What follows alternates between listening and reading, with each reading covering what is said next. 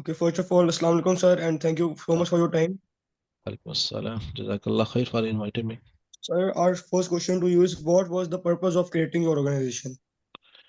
So the purpose was to, because we are part of the community, and when we are living in the community as a Muslim, it is our responsibility to take care of our neighbors. So Alhamdulillah, keeping in mind that we have a large responsibility on our shoulders. So when we were seeing that the people are homeless, when people are suffering from the hunger, and the sisters don't have the place, so we started these programs. And the purpose is, and our motto is the Muslims for humanity. So ICNA relief motto is Muslim for humanity. If you see the logo, so the logo is saying that Muslims for humanity. So we are not for only for the Muslims, we are for any community that is living in our neighbors, and we are mostly helpful for all the communities. Great. Okay, sir. So our second question would be, is your organization only operational in America or other Islamic countries as well? No, as we, our organization is a domestic relief organizations. So we, whatever the money we collect, so we spend inside the USA. So we don't send any money, and we tell the all the donors that your money is will be going to be served inside the USA. Okay, sir. Sir, my next question to you is what has been your biggest achievements and rescues till date? So the biggest achievement is that because many organizations are working in the USA, but the problem with them is that they don't have the specific area in which they go and to serve the community. But Alhamdulillah, with the passage of time, we started the different programs. But when I say the different programs, it means we hired the people in that. For example, the medical services cannot be done without hiring the medical doctors in your facility and the experienced nursing staff. Same is the case with the disaster relief services. So if some disasters come and everybody starts going over there, but if they don't have the enough skill, they will create a much mess in the disasters. So we have prepared a separate team for the disaster management, and same is the case with the counseling services. So we have the medical counselors that are certified from the government. They have the certified counseling, and it's not the case that anybody can start the counseling by his own. So this is our big achievement, that we, whenever the some specific things comes into our mind, we start it as a program. And programs mean that we hire the skilled people, and if we don't have the skill, we train our staff so that they can tackle the situation. It's a great achievement, sir. Thank you. So, sir, my next question to you is that what has been the most severe disaster you have faced? Street disasters, sometimes tornadoes come. I told you that in 2005 the Katrina hit on the Central America. So at that time we were only having the certain number of volunteers which were working on their own, and even the people that become the homeless. So we accommodated them into our own houses. Even our CEO, he was at that time not the CEO of the organization; he was just a volunteer. So he accommodated mostly, I think, 40, 50 people into his home. But you know that when you are living in your home, and specifically in the USA, you don't have this facility that you can accommodate a longer period of time.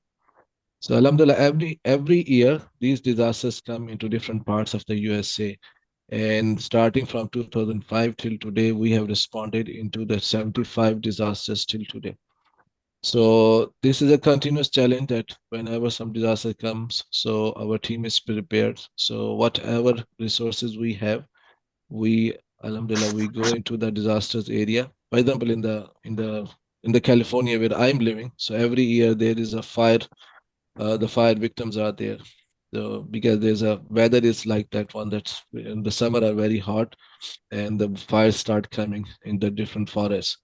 So we uh, we engage ourselves with the local fire departments. We see that where the people are living right now, so we go over there and provide the services. So this is a major challenge every year, that whenever some disasters comes, so our teams are well prepared and they go over there and they provide the services. So my question is, what was the most recent and severe disaster you have faced? Yeah, as I told you that the recently in California, I'm living in the California, and And if you talk about the major recent disasters, according to the ICNA relief, so there was an island, so where the disasters come, that there was a severe uh, tornado hit the area. So alhamdulillah, there was no Muslim organization over there to go over there. So our brothers flew from the middle states to go over there at the Hawaii, and they provided the services over there. So their house were damaged, so they don't have the water, the fresh water available. So they took the fresh. We have the our own the vehicles that can go long and gone. So alhamdulillah, we engaged the local masajid over there, and we made a contact, and we went over there, and alhamdulillah, we served the area. And recently in the California there was a flooding, and it was not a flooding of that one that have hit the major area, but there were some communities which have to vacate their areas for some specific period of time. So we went over there and we provided the services over there. And Alhamdulillah, they are very much thankful for this temporary relief that provided them in this that the hard hit areas. So, sir, our next question is that how do you think that individuals and the organization, private organizations, may of be of any help in this cases of disasters? So definitely, we are the human beings, and human beings, when they, that nobody's prepared for the disasters. Okay, like this, like you are looking in the news right now that the Turkey is hit by the severe earthquake. So what is the challenge when the disasters comes? So the challenge is that the community needs to be prepared. So individuals, for example, the kids needs to be prepared that how they have to respond, and also the community needs to be prepared that because there's a mental trauma that the people face at the time of disasters. So they need to be the certified or trained counselors in the organizations which can tackle the situation. Because it's not the case that you only have the heart to go over there, and you said you have the patient is good, but you need to be have the training too.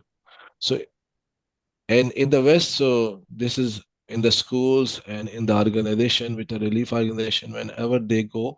So the the disasters management authorities, which are the federal and the counties level organization, they don't allow anybody from the outside which are not certified to go into that area. So from our perspective, from Pakistan and which are the third world countries, they need to understand that whenever the disaster is coming, so they should have learn the lessons. Like we learned the lesson in our earthquake that came in Pakistan in 2008. So Alhamdulillah, you can see in the news that the people are going to the earthquake areas, and they are very much trained, and they learn from their own earthquake disasters. So same is the case with the individual and organization. So they need to be prepared. There should be a mechanism in the society where the people can learn the different skills, so that any if there is any disasters is coming, so they should be get well prepared, and they should serve the community. So, sir, our next question would be, as we know that world today it faces countless issues. Why do you think people should take natural disasters so seriously, and should they try to help only locally or other nations as well? No, the thing is that as I told you that we are the Muslims. I'm answering you from the Muslim perspective right now. Okay, so we are the Muslims, and Muslims need to take care of their neighbors. As Prophet ﷺ said that I was because uh, I was so much worried. I so much concerned about the neighbors when uh, Allah Subhanahu wa Taala was revealing about the rights of the neighbors. So we have the rights of the neighbors that uh, because these are our own people. Okay, the first right should be the local one. So if the disasters come, for example, in Pakistan, at the same time disasters comes in Turkey, so the first thing that you should take care of their own people which are living closer to each other. But at the same time, it is our responsibility to go outside and look at whatever you can do, because the societies grow like that once. So once you are looking for the help and people are coming for the help, people coming to you provide the help. So it is your turn to go and help them. So the societies grow together and the Muslims grow together. So my point of view is that you need to be well aware that what's happening all across your on the globe and specifically with the Muslims, and you should try to provide as much help as you can. So, inshallah, this is the way that we can learn from our mistakes and we can provide the help to different communities. Thank you, sir. Sir, my next question to you is, if people do help other nations, what is in it for them? They don't really know them or not they will gain anything.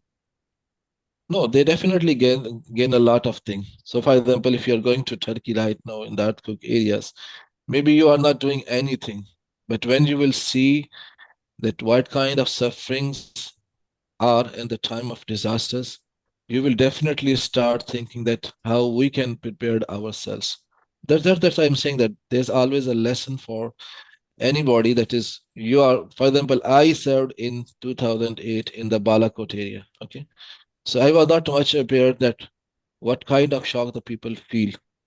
For example, if you maybe in your only life you have seen the one situation when your near relative died, but in the time of disasters, maybe one body is having a death of 60 or 50 people in his from his own family members. So you can see that how much difficult situation it is to bear this loss. And I have physically seen the people in Balakot area. I literally see a lady, old lady, which was carrying a baby of maybe 6, 7, 8 months, and she lost 60 members of her family. So you can see that how much difficult situation it is. And I've recently done the chaplaincy course over here, and I learned that how much difficult it is because so there's always a learning process. And whether you are serving in your own communities, and specifically when you are going outside, so you also need the culture that how the people react when the disasters come. So you are looking at the right now that the how if the people if you go to the Turkey, you will see that there are chances of learning too when the different people are coming from the different communities. So they will provide you the help and also tell you that how you need to tackle with these situations. So there's always a learning lessons when you go outside and serve the different communities. So, sir, my next question to you is, what are the causes behind these disasters? So the causes could be different. Some disasters are the natural one, some of the man-made disasters. And then, of course, the natural disasters, you need to be prepared for that one. For example, the flooding is coming. So next time you need to be prepared that how you can tackle to these kind of natural disasters. But secondly are the man-made disasters. If some person is going to do the suicide, so you need to know as a relief organization that if you come into that situation and you need to provide the help, what kind of help you can provide at the time when the person is going to do the suicide. And if the some sister is getting homeless and she's feeling from the different kind of trauma, so what kind of counseling services you can provide at this situation so that you can take her outside from the situation that she is living in. So there could be many causes. So there are the natural disasters. So and these are the other one that are the man-made disasters. For example, if uh somebody put the bomb in somewhere and the bomb lost, so how you can go and react for this situation. So there could be the number of causes, but the main thing is that you need to be prepared for these type of incidents. Last question is, what measures can we take to improve the disaster management in our country? Yeah, the basic thing is that you need to devise a certain curricula for the students at the school level and also university level, where the people should have the understanding that what are the type of disasters that can come and that can hit the community. And the second thing is that you also have to make them realize that these disasters are the kind of tests that come in our life. So if the natural disasters are coming, it may be a kind of testing for our community, and we need to survive. We should always have a hope in Allah subhanahu wa ta'ala, and we also need to be prepared. And the only thing is that And Alhamdulillah, after the earthquake that came in Pakistan, so we have opened a different organization like the National Disaster Management Authority is there, and DMA is there, and also different organizations are working in the community. So we need to open the more venues where the people can learn the different skills, and they should be prepared for these kind of disasters. So the preparation is the major thing. So the preparation could be at the curricular level, preparation could be at the providing the basic training, like the CPR is there, that you need to know that what are the basic aid that you can provide to a person whenever he is facing some challenge. So the basic aid should be there, the first aid training should be there, and also at the community level, the organization should be there which can provide the help, and where the volunteers can serve and they can learn the different techniques.